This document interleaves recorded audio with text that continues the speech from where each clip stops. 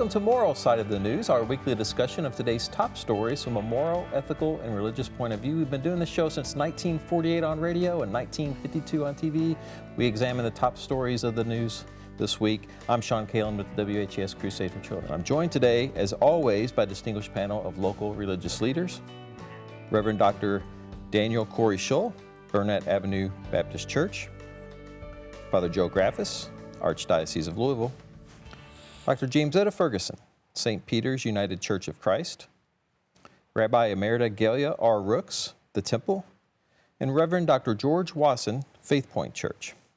We begin this week with the latest on the JCPS budget shortfall and the board this week pausing the proposal to close multiple schools. Do not allow the programs in Liberty High School, like so many other stellar programs that I've seen come and go in my 48 years, be dropped from a district that needed it in 1997 and still needs it today. Thank you. And with that, the plan is now on hold. Passion during public comment at the JCPS regular business meeting. On the agenda, a motion to pause the proposal of the approval of school closures for Liberty Middle School and High School, along with the closing of Zachary Taylor Elementary, consolidating King Elementary, and relocating Waller Williams Environmental School and the Georgia Chaffee Teenage Parent Program. Listening closely to the meeting is Liberty High School teacher Karen Cash. I'm hoping to hear what the chair and vice chair said they were going to do, which is postpone the decision to close our schools. That hope became reality. All in favor? Thank you. As the JCPS board voted unanimously to table the proposal for now, Superintendent Brian Yearwood says it was the public forums that pushed this action to reconsider. We had some students that came and gave their testimonials. And, we have to listen to that. We have to understand that. So it gives us a minute to pause and to really make sure that we're hearing from our parents and our community members. If you came to the listening session on Thursday night last week, if you didn't cry, you were a robot, because they have so many moving stories to tell about how Liberty has made that much of a huge difference in their lives. But Yearwood says they still need to find a way to curb their $188 million deficit. Right now we're looking at where cuts can be made at central office, looking at programs that can be made, making sure that, again, we have return on our investment. So as we expend these funds, we want to be able to show that, again, growth and the expectations are there. So you may have recognized somebody in that story there, our very own Reverend Shull, representing District 6 and chair of the board, in managing what seems like an impossible situation with this, I'm sure. And you know better than any of us, so we'll start with you with your lean on your leadership and experience. Yeah, well, certainly the district is in a difficult position, having to cut $132 million from its budget. We want to ensure that we cut as little that would impact classrooms as possible. And so therefore, we are looking at school closures and consolidations. There is attention being given to central office staff. There's attention being given to programs and contracts that may not be necessary to the functioning of our classrooms. And so the administration is being creative in their approach to making these cuts, but we want to make sure that the district is fiscally strong and fiscally solvent, most certainly. And so that's the process that is being undertaken at the moment. And we'll have a finished product by January the 20th, when the Board of Education will take its final vote on the working budget that must be then sent to the Kentucky Department of Education. And so we have a tough month ahead, but we believe that we'll be able to make the necessary cuts in order to ensure the strength of the school district. Corrie, is any of the $132 million a result of the decrease in funding from the federal government? Oh, most certainly. So the expenditures necessary to run a school have increased exponentially over the last 16 years, and the General Assembly has just not kept up with its funding as it relates to what it takes to run schools, pupil need, and then we pay into something. We are funded by the SEEK formula, but the SEEK formula is balanced with all of the other counties in the state, and even though Jefferson County pays more into the state treasury through taxes, we actually receive less proportionally than other counties because we're property rich. And so that's another thing that undermines our ability to really resource public education at the levels that are necessary. Also, one thing that has caused us to be in this dilemma is the ending of ESSER funding, or what's known as COVID funding. And those COVID funds went to do a variety of things. A lot of one-time programs that were actually extraordinarily beneficial to children, like one-to-one technology. So every student in JCPS has a Chromebook. They also have a hotspot, which empowers them to do homework and receive tutoring anywhere. Yeah. We know that 30% of homes in the west end of our city do not have Wi-Fi, and so it's important that we ensure that those children have access to do their homework just as children who have Wi-Fi at home. We've also established the JCPS Police Department, so we've had conversations related to what it takes to keep our school buildings safe, and we came to the conclusion that we had to develop our own police force that was trained in de-escalation, trained in restorative practices, ensuring that we provide the best security in our buildings as possible. We know that the LMPD has some staffing shortages as well, and they're trying to get over those hurdles, and so it became imperative that we kind of find solutions to our own security problems. That came out of those dollars. Also, weapons detection systems. So we were finding, dozens and dozens of guns in buildings every school year. We implemented weapons detection systems at every middle and high school in the district. And last year, I think we found maybe 4 or 5 weapons at the most. Those weapons detection systems, they're working, but they also cost. And then you're talking about diesel fuel for buses. You're talking about buses at end of life. You're talking about school buildings at end of life. Most of the school buildings in this city are old. And when you have old school buildings, you know that maintenance costs increase. And eventually, you have to make the decision to either do a major renovation of those buildings or to tear the buildings down and build new schools in their place. And so we have all of those challenges that are confronting us. And so really the budget deficit is the consequence of the perfect storm. It's a confluence of issues that have really put a lot of pressure on the district and is now causing the district to have to make some major choices about our fiscal reality. I think that's very helpful, what you've just laid out to us. I wish, and we'll get into the topic later about news media, but I don't think that's gotten presented to the public as clearly as you just laid it out. Because I know I was talking to a president of one of our Catholic high schools and said that over the last 10 years, the cost of running the cost has gone up 8% a year. And he said, we can't raise tuition, that maybe 3%.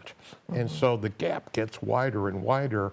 And then with all the new kinds of programs, security and technology and all that kind of stuff, the cost of education has gone through the roof, not even counting what we're paying teachers and all that kind of stuff. And or what we're not paying teachers we're not paying more teachers. Specifically. Right, and in all systems, because I don't think we value education as much, and particularly sadly in this state, at least of Kentucky. I'm sure Indiana does better, whatever, but I mean, I see all those problems, but gosh, if I was faced with $132 million to cut, and you don't want to cut services to kids, something's going to happen. You're going to have to do something, and that's the sad thing. Well, that's one of the challenges. I think that schools are being required to do what should be done by the community. For instance, there's a nurse in every school. There has to be a nurse in every school because many of our children don't have access to health care. Right. And so if we don't provide medical care in our school buildings, the children will go without. We know that as a society, there has been a exponential increase in issues related to mental health. So we have to have what's known as an MHP, a mental health practitioner in every school to ensure that students are receiving the mental health treatment that is necessary. All of that costs a lot of money, and those were things that you did not have to have 10, 20, 30 years ago, but they're necessary now. In order, a kid can't learn if they're sick. A kid can't learn if they're hungry. A kid can't learn if they're having mental health challenges that have been created by the communities from which they come from. We know that violence in this community has skyrocketed over the last 10 years. Those kids live in those communities. They hear the gunshots. They have loved ones whom have been impacted by the violence, and they bring those issues into our school buildings. And so some of the resources that have been created to respond to that is a direct response to what we were seeing in our classrooms and what we saw as an inability to successfully educate students. But they cost, and the community is not doing a lot to step up and say, let's make sure every child has access to medical attention. Let's make sure that every child has access to mental health attention, and therefore it falls on the schools. So it seems like some of the providers of these services, outside providers, would be willing to partner in some way with the school systems, that they would provide those services. And what I'm hearing you say, that's not necessarily the case. Well, there are partnerships, but somebody has to pay. Yeah. Somebody has to pay, and either the government pays, or some private philanthropist will pay, or the school system will have to pay. And what has happened is the school system has paid. No one has said, stepped up and said, hey, we can provide all 96,000 students with a Chromebook. That's an expense that our corporation is willing to take on. That's not happening. But we know we live in a technological age, so it's not, it's kind of anachronistic to not provide students technology, knowing that they will be using technology for the duration of their lives. It just becomes a part of the educational process, and our funding mechanism has to catch up with that. Well, I appreciate all the insight that you gave there, because I too would agree that we just don't hear enough about just the whole systemic nature of the problems that has gotten us, that has gotten the school system up to this $180 million deficit, right? To say, okay, so what are some of the solutions that the school board and the superintendent, and how they work together, and how do they strategically plan? Because some of the reports that I saw talked about how it was kind of a surprise for the school board members. Like, how did it get to the point where it would be a surprise if there hasn't been a balanced budget since 2017? How does that get to be a surprise for the school board? Well, so a couple of things happen. One, the school board does not create proposals. The school board receives the proposals and votes yay or nay on the proposals. And most of the time, the school board, unless there's some glaring issue, the school board will pretty much accept what the administration says that they need to do in order to accomplish their jobs. The board will set the strategic plan. The board, of course, hires the superintendent, but then the board receives the proposals and votes yay or nay, but ultimately relies on the management to make the best decisions, to put forth the best proposals that they need to do their jobs. Within the context of that approach, the board has not received comprehensive information about our financial standing over the course of several years. You can go back and look at a board meeting as late as May of 2025, and you'll see that the board was led to believe that everything is fine, COVID dollars are ending, but it's not going to be nearly as bad as we previously thought it was going to be. Everything will even out just by making $40 million in cuts. So we did make those cuts. And it was then later revealed that that was a gross underestimate of the deficit. And additionally, What really sounded the alarm was that the board was then informed, I think in September of 2025, that we would have to, if we did not make severe budget cuts, that we would have to sell assets in 2026 in order to meet our obligations.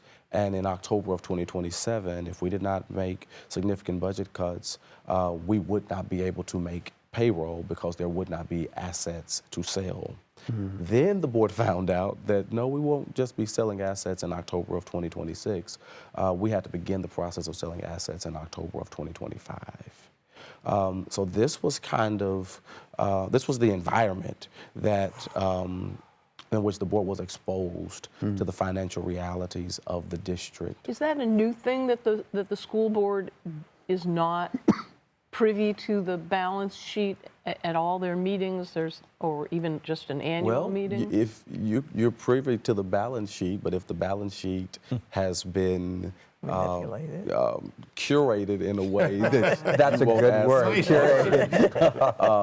You won't do that, and so we understand that management was directed not to remove certain slides, to not produce certain materials to the board, and even when you talk about audits, if you give an auditor bad numbers, they still don't come to garbage in, garbage out. Right. So those are some of the things that we're having to work through to get, to the truth of the reality of the district. Now, to be clear, I want to make sure that I state, nobody took any money. We don't have any cause to believe that there was any type of financial malfeasance or misappropriation of funds. What we have is skyrocketing cost of doing business, of taking care of education, and that, it was the perfect storm. We have decreasing revenue from the General Assembly. There are also people who are watching who will say, by property taxes, they keep rising. And they think that the school board is raising their property taxes. The school board doesn't raise property taxes. That's the PVA. That's what I was going to ask about taxes, the dirty word. Right. The percentage of increase in our taxes, or whatever portion of that goes to public education, that tiny minuscule portion of which goes to public education, how does that percentage increase compared to the increase in costs of running JCPS? I don't have the exact percentage, but because we don't only need property taxes, but we rely on SEEK funding and we rely on federal funding. When the SEEK funding decreases because the property taxes increase, you still have insufficient funds to finance all of the programs that the community is depending on us to finance. Like you said, it's the perfect storm, right? It just all coalesced. And so what does it look like going, if you kind of could look into the future, what does that look like? It means we make $132 million in budget cuts. Wow.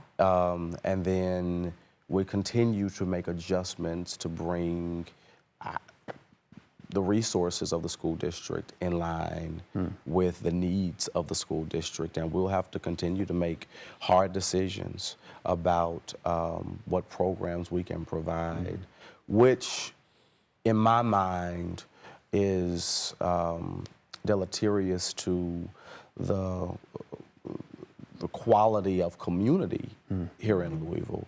Because what happens if kids don't get mental health care? What happens if kids can't see a nurse when they're sick in schools? What happens if we can't pay school security? So the General Assembly passed legislation demanding that schools implement a school resource officer. They're saying you have to have a school resource officer, but they earmark no money for those SROs. So they're demanding something and then saying that you have to pay for that out of your already stretched budget. And that's a part of what got us here. So it's $132 million. Is it a budget shortfall or is it a cash flow shortfall? Is it something that we have right now that we've got to address right now, or is it something that we can address over? If we don't address it right now, we won't be able to make payroll in a year. Okay. So it's a cash flow. Yeah, so it's kind of, and you can sell assets once, or you might be able to sell assets twice, but you can't keep selling assets because eventually there will be no assets When to you sell. say assets, are you talking about school property? We're talking about CDs, we're talking about investments, we're talking about school property. So some of the schools that have been slated to consolidate or close those properties, if the plan that they have put forth passes, those properties will be sold. You're going to have a realignment of the entire district to make sure that you're maximizing space, and any space that is not being maximized, you may have to think about doing something different with it in order to keep the district financially afloat. So you get that $132 million now, but what happens in 27 and 28 and 29 when the expectation is not necessarily that you're going to get more revenue coming. So just like we have to do in our ministry areas, when you have to make those cuts, it's so hard. It's so very hard. And I think the district will probably continue looking at, seeking out a tax referendum here, which is never popular in community. Nobody wants to pay more taxes, but we may need to. We probably will have to if we're going to keep up with the need. And we've got to remember that we have, I think, 169 buildings. We have 96,000 students. We have 16,000 employees. This is a really big district. We are serving a lot of children, and it takes resources to do so. And the money has to come from somewhere. So if you don't raise taxes, if the state doesn't give any more money, we're kind of, and our back is against the wall, and we're going to have to decrease programming. One of the things that when we were talking before the show, that I think is another, when you look at closing schools, is the demographics. And we as a Catholic Church are having to look at all of our parishes right now. And we've got a lot of older parishes that have decreasing population. Other places are exploding as new homes come up and all that kind of stuff. And that's happened in the last 10 or 15 years. And of course, anytime you close something that has legacy, it's really, really difficult. And you've got that problem as well with many of the schools. And you close most of them in West Louisville because of a lack of a population, seemingly, and then build places where it's exploding. That's another whole issue that I think the general population doesn't realize. And it's a thorny issue because of the historic realities of redlining and segregation in this community. So from the data that JCPS has, the population from the West End is shifting to sort of what they call the Southwestern Corridor, that Dixie Highway area.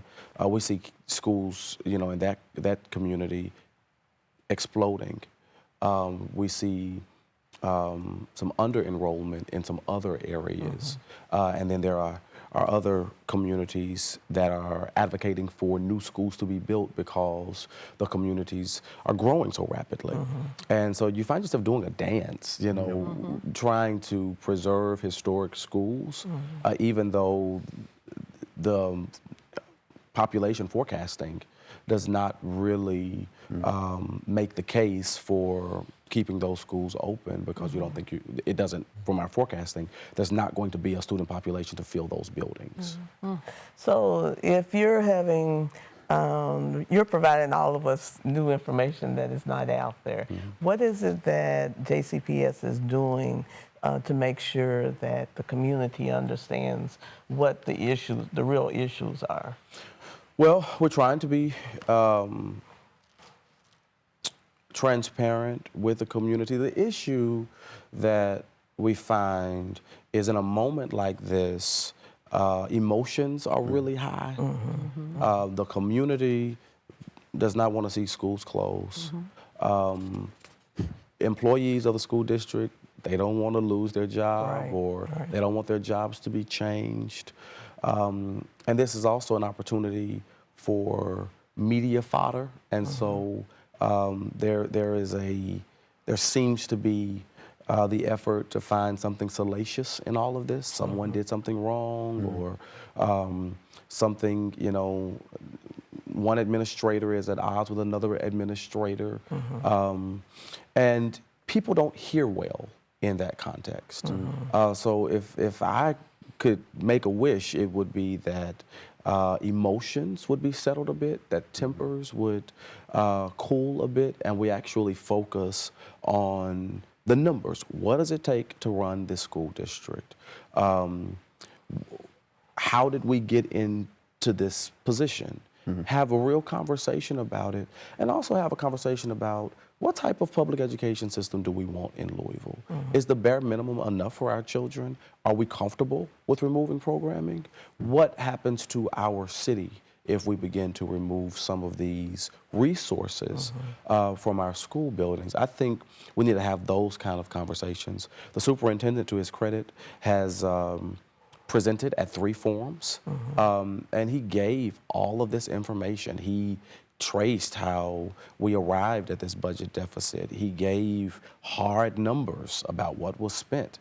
But people can't really hear when they are there to protest the closure of their child's school. Yeah, I think one of the things, we had another issue today, which we're not going to get to. Not going to get to, but I think it's briefly touch on related, it. is how does the journalist and media, and again, that's such a diverse thing right now. It is. We'll People save that don't for read- next week. People Diverse don't or read the Courier divisive? Journal. I said diverse or divisive. Both. But I mean, I think, and there's so many between social media and all that kind of stuff, how to get the truth and facts out is really a problem in every area. I wish that when it came to public education, people would read the Courier Journal, because the Courier Journal has at least one dedicated education reporter who I have found to be fair, who I have found to do her due diligence and to provide clarity and nuance around these issues, whereas some television media, not to throw television You're in a safe media space. under the bus, but they're looking for clicks, they're looking for people to stay tuned, they're looking for traffic on the website, and they often find angles that create more controversy than do clarity. Well, even like that clip, right, where we can hear somebody say, "Don't close my school," but nobody said, "Well, that school's at 50% capacity right now." So, And we will save that media distrust topic for next week. Sorry, this panel won't be here, but we spent 10 minutes talking about it after last week's show, so that's why it's on today. And we got the right person, I think, in the spot to help tackle this. Very articulate, and you explained a lot to us today in full context, which is what a lot of the media And I wonder if you doesn't have. can't So make we like have a to wrap it up, one-pager. Gaylia. Well, that has come up. So we'll have to wrap it up. Reverend Daniel Corrie Shull, Father Joe Graffis, Rabbi Emerita Gaylia Rooks, Dr. Jamesetta Ferguson, and Dr. George Wasson. Thanks for joining us on Moral Side of the News this week. We'll be back next week with an all-new show.